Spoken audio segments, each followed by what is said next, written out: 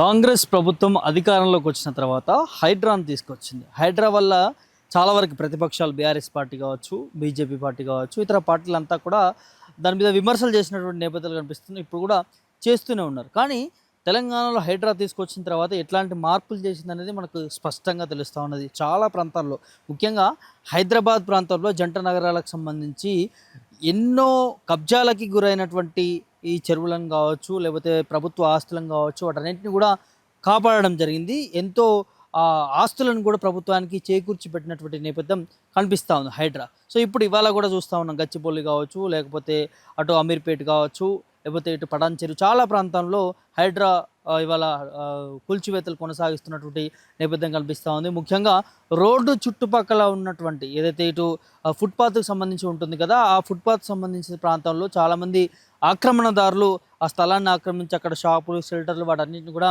నిర్మించుకుంటా ఉన్నారు. సో హైడ్రా దాని మీద కొరడా విధిస్తూ ఉన్నది. ఆ చుట్టుపక్కల ఉన్నటువంటి షాపులన్నింటినీ కూడా క్లియర్ చేస్తున్నటువంటి నేపథ్యం కనిపిస్తూ ఉంది. ముందుగానే వారికి నోటీసులు ఇస్తూ ఉంది. ఎవరైతే వినలేదో వారిని ఉన్న పలంగా అక్కడి నుంచి కూల్చివేసే ప్రయత్నాలు జరుగుతున్నాయి. సో ఇదంతా కూడా ఒక పక్క జరుగుతుంది. ఇంకో పక్క ముఖ్యమంత్రి రేవంత్ రెడ్డి మూసీ ప్రక్షాళన ఒక ప్రతిష్టాత్మకంగా నిర్ణయం తీసుకుంటా ఉన్నాడు. ఏదైతే 54 కిలోమీటర్ల మేర ఉన్నటువంటి ఈ మూసీ ఏదైతే ఉందో దాన్ని పూర్తి స్థాయిలో ప్రక్షాళన చేసి ఈ మురికి వాడని చక్కటి మంచి సిటీగా తీర్చిదిద్దుతామనే దాని మీద కూడా రేవంత్ రెడ్డి మాట్లాడుతున్నటువంటి నేపథ్యం కనిపిస్తాను. ఒకసారి చూడవచ్చు మనం ఈ బంజారా హిల్స్ ప్రాంతంలో ఉన్నాము. అక్కడ మూసీకి సంబంధించినటువంటి నాలా ఏదైతే ఉన్నదో ఏ విధంగా ఉందనేది మనకు స్పష్టంగా తెలుస్తూ ఉన్నది. సో చుట్టుపక్కల అటు ఇండ్లు కూడా కనిపిస్తాను స్పష్టంగా.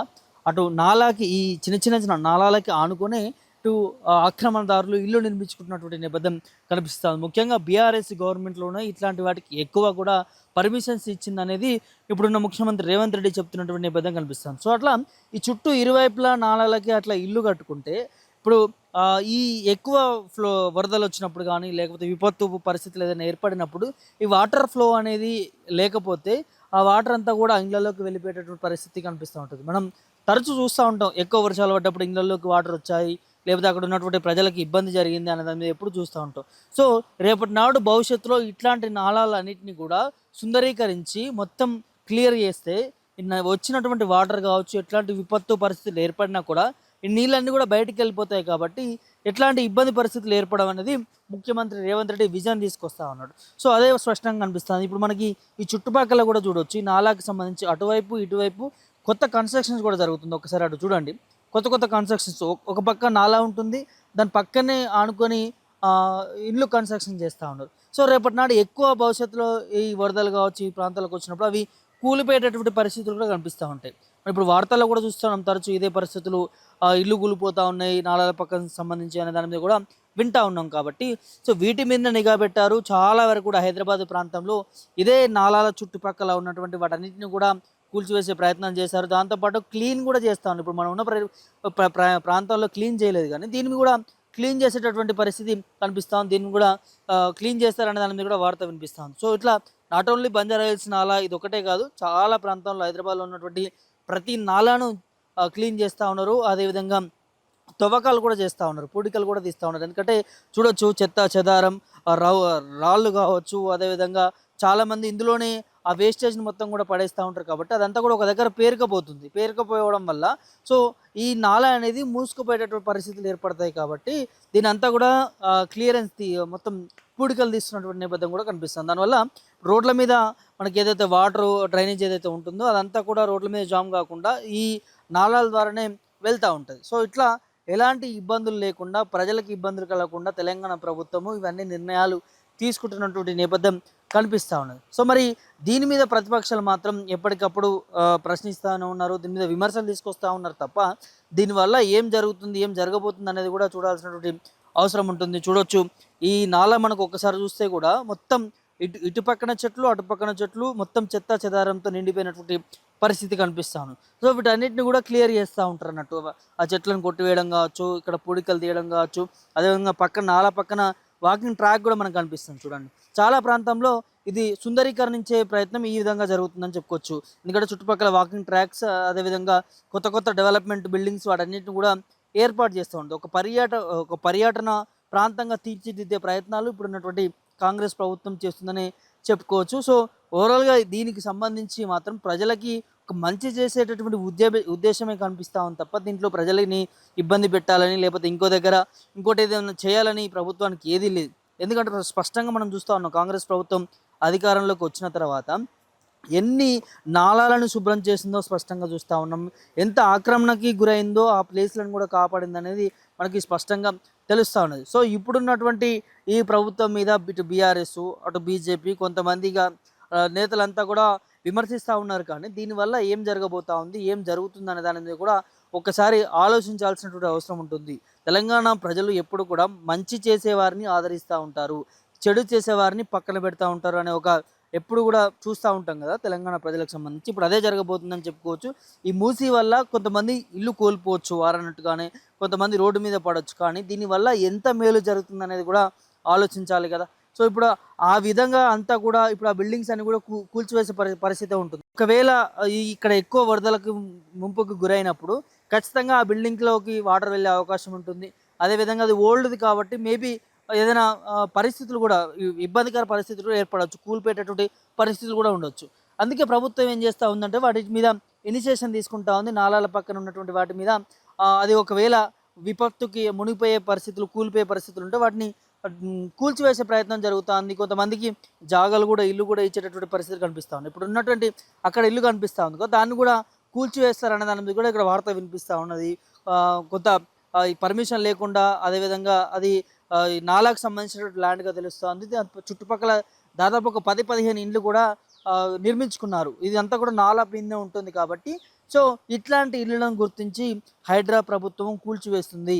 ఇది వారికి మంచి చేసినట్టు అవుతుంది, నాలను తీర్చిదిద్దినట్టు అవుతుంది, ప్రజలకు మంచి చేసినట్టు అవుతుంది. కాబట్టి సో దీనికి సహకరించాలి ప్రతి ఒక్కరు అనే దాన్ని కూడా ముఖ్యమంత్రి రేవంత్ రెడ్డి చెప్తా ఉన్నారు. చాలా ప్రాంతాల్లో ఇదే పరిస్థితులు ఏర్పడతా ఉన్నాయి. ఇదే విధంగా నాలాన్ని ఆక్రమించుకొని ఇల్లు కడుతున్నటువంటి నేపథ్యాలు కనిపిస్తున్నాయి. ఇప్పుడు ఉన్నటువంటి వర్కింగ్ ప్రెసిడెంట్ కేటీఆర్ ఎవరైతే ఉన్నారో బీఆర్ఎస్ పార్టీకి సంబంధించి, తను మేము ఎక్కడ పేదవాళ్ళు ఇల్లు కట్టుకుంటే అక్కడ మేము ఇల్లు ఇచ్చేసినామని చాలా గొప్పగా చెప్పుకుంటున్నాడు. కానీ ఇవాళ పేదలు తెలిసి తెలవక ఈ నాలాల పక్కన ఇల్లు నిర్మించుకుంటే రేపటి నాడు వాళ్ళ భవిష్యత్తు ఆగమవుతుంది కదా.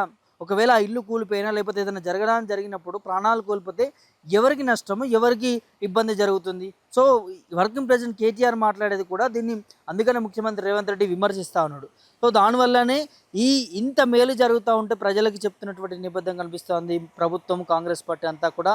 సో ఇప్పుడు ఓవరాల్గా ఈ మూసీకి సంబంధించి కావచ్చు, అదేవిధంగా హైడ్రాకి సంబంధించి కావచ్చు, ఇంత ప్రభుత్వం ఇనిషియేషన్ తీసుకొని ప్రజల మంచి కోసం చేస్తున్నటువంటి నేపథ్యం కనిపిస్తూ ఉంది. కాబట్టి సో దీన్ని విమర్శించకూడదు అనే దాని మీద కూడా కాంగ్రెస్ పార్టీ ప్రభుత్వం చెప్తా ఉంది. ఇంత మేలు ఇప్పుడు మనం అంతా చెప్పుకుంటా ఉన్నాం కదా, ఇంత మేలు జరుగుతూ ఉంది ప్రజలకి, ఇక్కడ ఉన్నటువంటి సమాజానికి అంతా కూడా దీనివల్ల. సో దీన్ని గుర్తించాలి. దీంట్లో ఇప్పుడు కాంగ్రెస్ ప్రభుత్వం ప్రతి పని చేసినప్పుడు ఇటు బీఆర్ఎస్ ప్రతిపక్షం ఉన్నటువంటి బీఆర్ఎస్ దీన్ని ఏదో ఒక విధంగా విమర్శిస్తాం.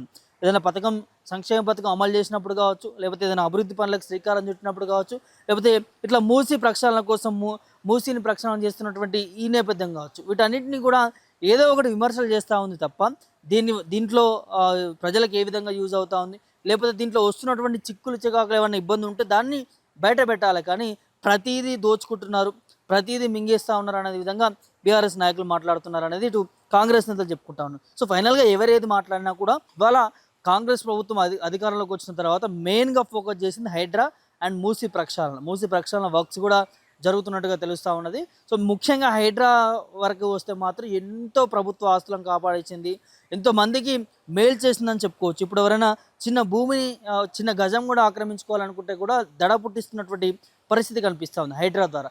ఇటు నాలాలకు సంబంధించి కూడా నాలాల మీద ఎవరైనా కొత్తగా నిర్మించుకోవాలన్నా, లేకపోతే ఎవరైనా కొత్తగా ల్యాండ్స్ కానీ ఇల్లు కొనుక్కోవాలన్నా కూడా క్షుణ్ణంగా పరిశీలించుకుంటా ఉన్నారు. గతంలో చాలామంది ప్రజలు మోసం చేసి, బిల్డర్స్ కావచ్చు, రియల్ ఎస్టేట్ వారందరూ కూడా మోసం చేసి రిజిస్ట్రేషన్ లేని వాటికి కూడా ఫేక్ డాక్యుమెంట్స్ ఇచ్చేసి రిజిస్ట్రేషన్ చేపించి ఇల్లు కొనిపించినటువంటి నేపథ్యాలు. కానీ ఇప్పుడు ప్రజలే తెలుసుకుంటా ఉన్నారు అవగాహన, ఇది కబ్జా భూమా లేకపోతే ప్రభుత్వ భూమా, ఏం జరుగుతుంది ఏంటి అనేది కూడా ప్రజలే తెలుసుకున్న పరిస్థితి కనిపిస్తూ ఉందంటే ఏ విధంగా దీనివల్ల మేలు అవుతుంది అనేది కూడా ఒకసారి ఆలోచించాల్సినటువంటి అవసరం ఉంటుంది. ఇప్పుడు మనం చూపించినటువంటి నాలా ఇదంతా కూడా త్వరలో క్లీన్ చేయబోతున్నట్టుగా తెలుస్తూ ఉన్నది.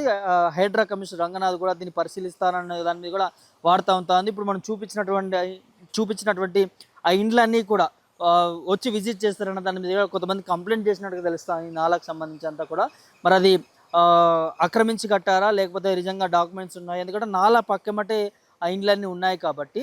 సో వాటి మీద హైడ్రా చర్యలు తీసుకోబోతుందా, హైడ్రా కమిషనర్ మొత్తం ఈ ఆదివారం రోజు ఇక్కడికి వచ్చి పర్యటిస్తారన్న దాని మీద కూడా మనకి వార్త అందుతా ఉంది. చూడాలి మరి ఈ చుట్టుపక్కల ప్రాంతాల్లో వారికి నోటీసులు ఇచ్చి ఖాళీ చేపిస్తారా, లేకపోతే ఆ డాక్యుమెంట్స్ ఒకసారి వెరిఫికేషన్ చేసి అవి లీగల్గా ఉన్నాయా ఇల్లీగల్గా ఉన్నాయా అనే దాని మీద కూడా వారు చెక్ చేస్తారన్న దాని మీద కూడా వినిపిస్తూ ఉంది. సో ఓవరాల్గా ఇటు ఎవరు కూడా ఇల్లు కొనుక్కున్నా లేకపోతే ఏ పనులు స్థలాలు కొనుక్కున్నా కూడా ఖచ్చితంగా ఒకటికి రెండు సార్లు చెక్ చేసుకొని ఆ స్థలాలు కావచ్చు ఇండ్లు కావచ్చు కొనుక్కోవాల్సినటువంటి అవసరం ఉంటుంది. దాంతోపాటు ప్రజలు కూడా అర్థం చేసుకోవాలనే దాన్ని కూడా ప్రభుత్వం చెప్తా ఉంది. హైడ్రా చేసేది ప్రజల కోసమే, ఇటు మూసి ప్రక్షాళన చేసేది కూడా ప్రజల కోసమే అంటూ కూడా ఇటు ముఖ్యమంత్రి రేవంత్ రెడ్డి అదేవిధంగా కాంగ్రెస్ నేతలు చెప్తున్నటువంటి నేపథ్యం కనిపిస్తుంది. వీడియో జర్నలిస్ట్ చారితో ప్రభాకర్, ప్రిటెన్ మీడియా.